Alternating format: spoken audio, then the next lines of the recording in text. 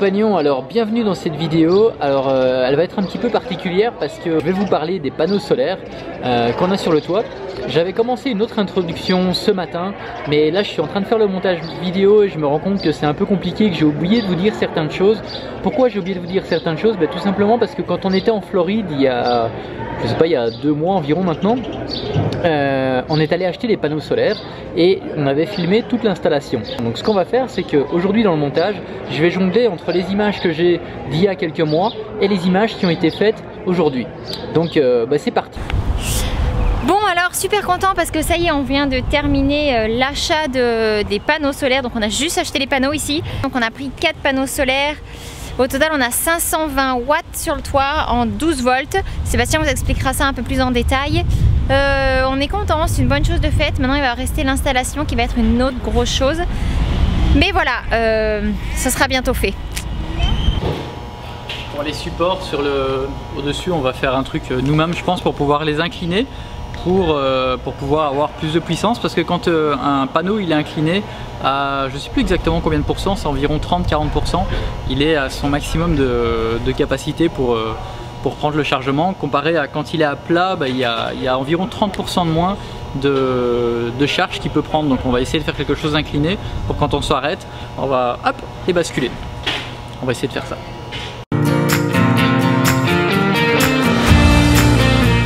On a nos panneaux solaires, on va être moins dépendant d'électricité. On va un petit peu plus vers le naturel.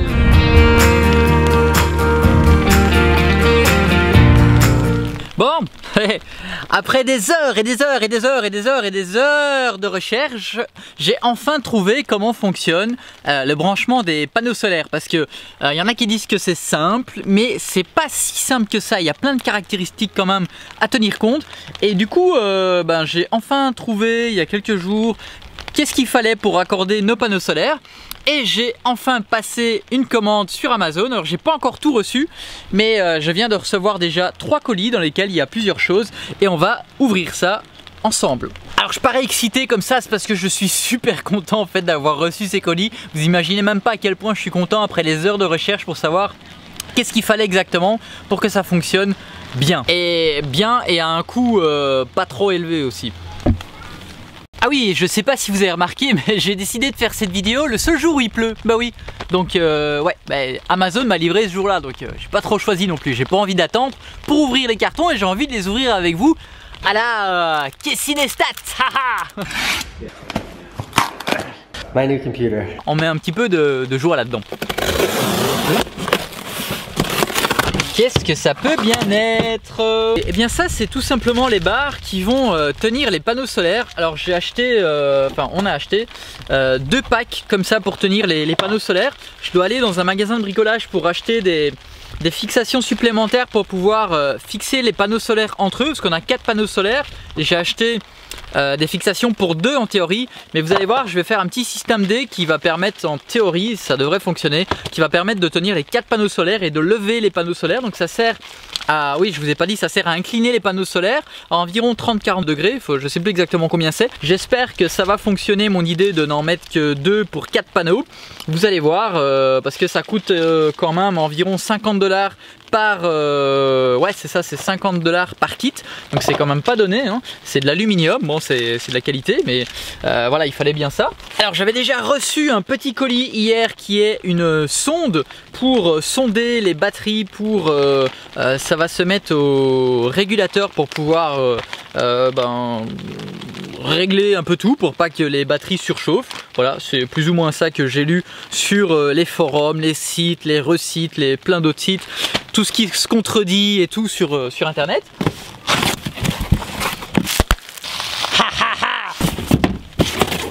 Waouh, la belle boîte. Alors ouais, ça, je sais ce que c'est. Je sais ce que c'est et j'avais lu que déjà dans la boîte, quand on le sort, on le sent que c'est de la qualité. Waouh. Alors ça, qu'est-ce que c'est? Comme ils appellent en anglais un charge controller. C'est très différent de ce qu'on peut voir dans la majorité des charge controllers. Il y a deux sortes de charge controller. Le MPTT, quelque chose comme ça, qui est normalement ce qu'il faut, qui est du haut de gamme et de la très très bonne qualité, mais qui fait exploser les tarifs. Il faudrait compter environ, je crois que c'était environ 1600 $ pour avoir ça en MPPT. Et du coup, on n'a pas pris cette option là parce que voilà, on n'a pas un portefeuille sans rivet, on n'a pas des cartes non plus no limit.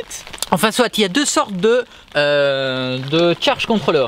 Il y a les MPPT et il y a les autres. Alors les autres en général c'est des petits boîtiers tout simples, des boîtiers électroniques qui sont très sexy avec, ça vous indique si la batterie n'est plus bonne, si elle est à moitié ou des choses comme ça, avec un petit bonhomme qui sourit. Ça coûte, il y a moyen d'en avoir dans les 30, 40, 50 $, 60 $ grand max. Il y en a à tous les prix, mais il y en a même dans les 20 $. Le gros souci de tout ça, c'est que ça fait perdre énormément de charge en fait par rapport aux panneaux solaires. Alors c'est un peu dommage d'avoir acheté 4 gros panneaux solaires comme ça pour au final perdre 40% de ce qu'il peut emmagasiner.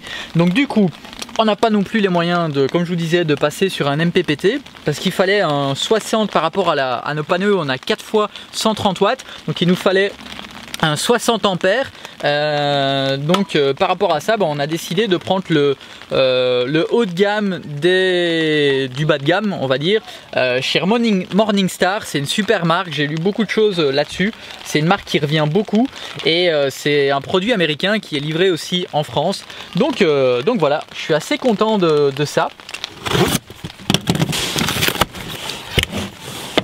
La petite parenthèse, ça a coûté environ 175 $ celui-là. Et ça a coûté 130 $. Donc ça c'est le panneau de contrôle qui va permettre de contrôler le charge controller. Je suis pas un expert du tout là-dedans. Je sais juste ce qu'il faut maintenant pour bien brancher. Bon, et bien voilà un petit peu ce que ça va donner. Puis ça c'est solide, hein, ça. Voilà. Donc ça x2. Avec ça on devrait être plus ou moins autonome, ça va être cool. Il y a juste les gros appareils électroniques qu'on ne pourra pas démarrer. Mais en tout cas toutes les prises de courant vont pouvoir fonctionner pour tout charger. Donc ça va être cool. Je suis sur le toit de la caravane. J'ai reçu aujourd'hui les câbles pour accorder les panneaux solaires. Juste avant j'avais justement déjà monté les panneaux solaires sur le toit.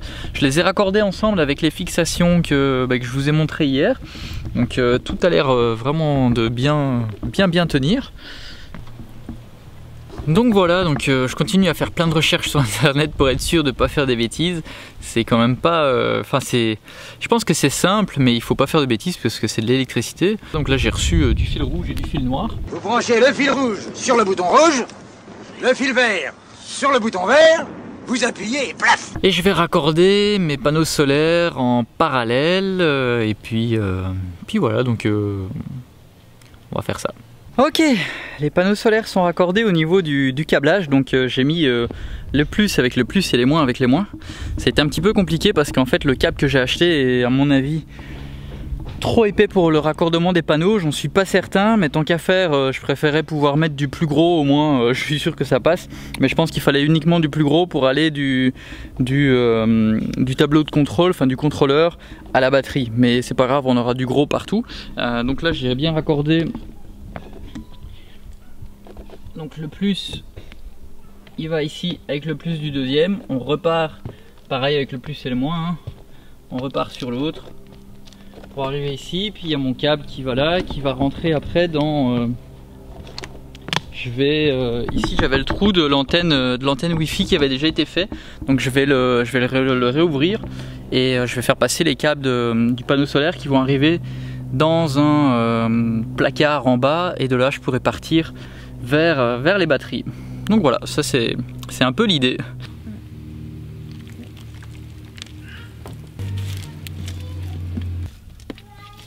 Non, Nano. Bon, maintenant il n'y a plus qu'à les aligner correctement, vérifier pour que ça soit bien droit, histoire que ça soit propre quand même. Et je vais les fixer.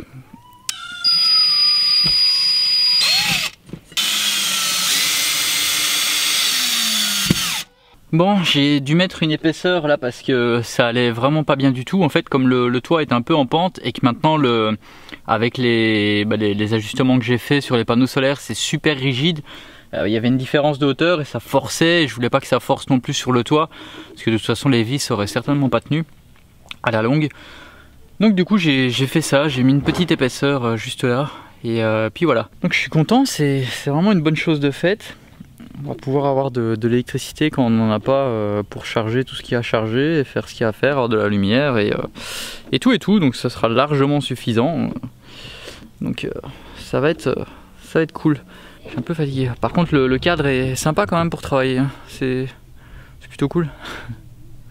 Salut les compagnons, alors aujourd'hui j'aimerais vous parler de panneaux solaires. Pourquoi aujourd'hui je vais vous parler de nos panneaux solaires? Tout simplement parce qu'hier quand on est rentré hier soir, on n'avait plus de batterie et on s'est demandé pourquoi. En fait l'erreur qu'on a fait c'est qu'on a laissé le frigo branché en automatique et comme on s'est branché en circuit fermé avec nos panneaux solaires, il s'est mis sur l'électricité parce qu'il pensait qu'il était branché à l'électricité et pas sur le gaz. Alors j'aimerais vous faire une vidéo pour vous montrer comment on a installé tout ça et qu'est-ce qu'on a comme matériel et qu'est-ce qu'on utilise. Donc c'est l'occasion de vous parler de tout ça. Donc je vous emmène sur le toit avec moi. Et par la même occasion, je vais nettoyer les panneaux solaires parce qu'ils sont vraiment sales et ça doit certainement empêcher de capter de la puissance.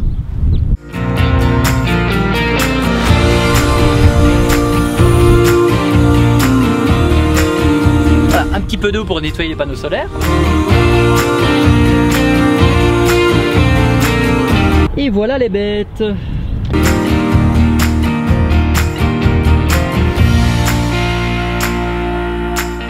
Alors pour alimenter la caravane, on a décidé de partir avec 4 panneaux solaires qui font chacun 130 watts. On a fait toute une installation pour pouvoir les incliner.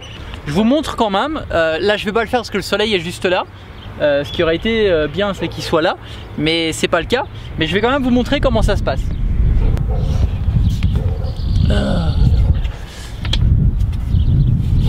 On a 4 boulons à enlever. En voilà un.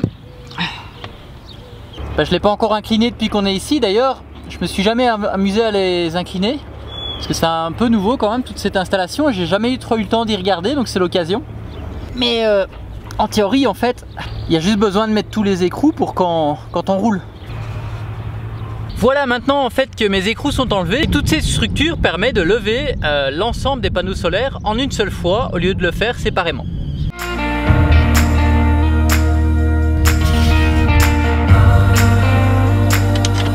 Et voilà, c'est incliné.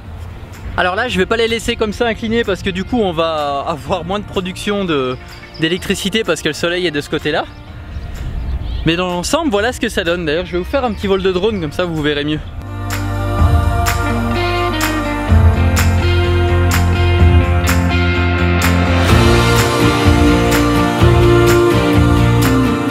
Alors, c'est bien beau tout ça, mais concrètement, comment ça a été installé? C'est ce que je vais vous montrer. Et toutes les informations, donc tout le matériel qui a été utilisé est dans la description de cette vidéo. Alors, l'idée c'est que moi je ne suis pas du tout un expert en panneaux solaires.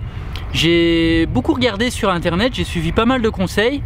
Et je suppose que parmi la communauté, donc parmi les abonnés, parmi les compagnons de voyage, il doit y en avoir qui sont plus doués que moi. Donc si vous avez des conseils à donner, pour le manuel enfin vous allez voir, je vais vous en parler après. Si vous avez des conseils à me donner, n'hésitez pas. Donc je vais mettre une question dans les commentaires, dans le premier commentaire, et vous pouvez répondre à mon commentaire. Comme ça tout sera regroupé dans le même commentaire et ça sera beaucoup plus facile et ça fera un genre de petit forum.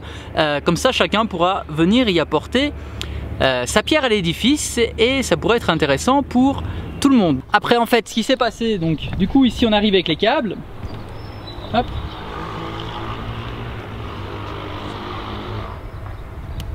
Et ici en fait j'ai percé un trou par lequel aussi on a fait passer le câble d'internet, mais ça je vous en parlerai un autre jour.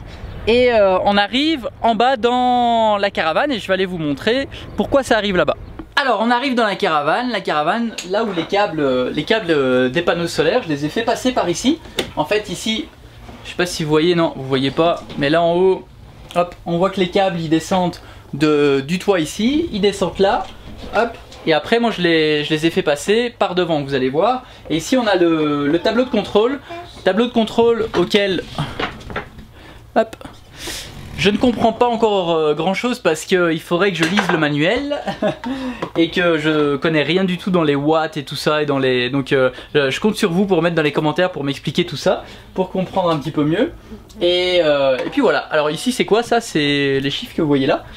C'est le nombre d'abonnés que vous êtes sur la chaîne YouTube. On aimerait bien rajouter un petit bloc en plus ici. Allez, je vous montre ça de l'autre côté pour vous montrer toute l'installation et vous montrer tout l'équipement. Alors du coup les câbles donc ils passent ici à l'intérieur et on arrive et du coup on arrive ici au compartiment où je range mes outils, un peu de bazar, les batteries et du coup l'inverter et le régulateur. Alors déjà au niveau des batteries, qu'est-ce qu'on a? On n'avait pas énormément non plus de moyens pour partir dans le top du top. Donc ce qu'on a fait, c'est qu'on a notre batterie d'origine qui est une 12 volts, qui est juste là. Et on nous avait donné deux batteries supplémentaires, des 6 volts. Donc on a les deux batteries qui sont raccordées en... Je sais pas si on voit quelque chose, si. Il y a deux batteries qui sont raccordées en série et qui sont raccordés en parallèle avec la grosse. On a un inverteur de qualité, de basse qualité on va dire, je crois de chez Canadian Tire qu'on a acheté d'occasion. C'est un 1500 watts. Par contre on a acheté un très bon régulateur, donc on a pris ça. Par contre si vous pouvez m'aider pour le réglage, parce que en fait je n'arrive pas à le paramétrer, il me dit à chaque fois qu'il y a des erreurs. Et dans le manuel, je vous mets le lien aussi dans la description du manuel du Morningstar. Dans le manuel en fait, au point 2.1, il y a le réglage du commutateur DIP. Donc ça. Et donc c'est pour régler, là je ne l'ai pas refixé justement pour vous montrer, hop. C'est pour pouvoir régler les petits points qui sont là. Vous voyez, de 1 à 8, c'est les DIP, c'est pour pouvoir régler ça. Donc en même temps comme ça vous voyez un petit peu le branchement. Alors ce que j'ai fait c'est que j'ai mis un disjoncteur ici pour si un jour il y a besoin de couper l'alimentation des panneaux solaires pour une installation, enfin pour désinstaller ou quoi que ce soit. Là ici il y a un disjoncteur qui permet de faire disjoncter en cas de problème pour pas faire sauter le régulateur. Et donc du coup on a l'inverter qui est là pour nous amener le courant en 220 volts. Et donc du coup on a une prise de courant qui va... Il y a une prise de courant qui arrive ici. Hop. On branche notre prise électrique qui est là et on l'a directement sur la caravane. Et bien sûr on éteint le convertisseur ou je sais plus comment ça s'appelle, qui permet de charger les batteries quand on roule ou quand on est branché à une source extérieure. Donc ça on a un disjoncteur à l'intérieur dans la caravane. Donc voilà pour l'installation. Si vous avez des conseils à me donner, donc tout est dans la description de la vidéo. Tout le matériel, si vous voulez aussi vous installer ce genre de choses, tout est là. Alors au niveau des panneaux solaires, on les a trouvés à Miami. C'était là où on les a trouvés les moins chers. Je me rappelle plus des prix, mais on a payé 500 $ pour les 4 panneaux. Voilà, c'est ça. 500 $ les 4 panneaux, donc de 130 watts. Ça c'est le matériel qu'on a. Et on a, ouais, je vous ai pas montré, on a une sonde aussi qui vient avec, qui est ici. Une sonde qui normalement doit aider aussi pour le panneau de contrôle, mais comme je vous dis, je m'y connais pas beaucoup et j'aurais besoin de faire les réglages, sauf que à mon avis, mais j'ai pas encore essayé, mais je pense qu'il détecte des erreurs et que je ne peux pas régler le régulateur à cause du fait qu'on n'a pas toutes les mêmes batteries. Je pense que le problème vient de là. Je pense aussi que dans l'idéal, on devrait changer d'inverteur et mettre un plus gros. D'ailleurs, oui, j'ai des questions pour vous. Qu'est-ce qu'on peut brancher et qu'est-ce qu'on ne peut pas brancher? Je suppose qu'un grille-pain, on ne peut pas le faire tourner. Le Thermomix d'Audrey, on ne peut pas le faire tourner. Et le sèche-cheveux, on ne peut pas le faire tourner. La clim, on le sait, on oublie, on ne peut pas. Mais l'idéal, ça serait de pouvoir faire tourner aussi le grille-pain, le sèche-cheveux et le Thermomix. Alors, c'est des choses qui ne vont pas tourner beaucoup par jour, c'est quelques secondes. voire 1 minute ou 2 maximum. Mais qu'est-ce qu'on aurait besoin pour pouvoir faire tourner ça? Parce que je pense qu'on a quand même assez de puissance sur le toit pour pouvoir les faire tourner. Mais je pense qu'on devrait changer d'inverteur, parce que 1500 watts, je pense que ça n'est pas assez. J'aimerais avoir votre avis pour les connaisseurs. Donc donnez votre avis dans le premier commentaire que je vais mettre ici en dessous de la vidéo. Donc le commentaire avec la question pour répondre. Et comme ça, tout sera rassemblé en même temps et ça fera un genre de petit forum pour tout le monde. Donc nous on va aller se balader un tout petit peu en ville, puis on va aller au Starbucks comme d'habitude. Moi je vais commencer le montage vidéo là-bas et on se retrouve dans une prochaine vidéo demain. Si vous nous rejoignez par cette vidéo, petite parenthèse, n'oubliez pas de vous abonner parce qu'il y a plein de choses à voir sur cette chaîne YouTube. On parle de voyage, on vit à temps plein dans notre caravane. Et il y aura d'autres vidéos comme celle-ci un petit peu techniques. Voilà, bye bye. Waouh, il est beau ton sac à dos.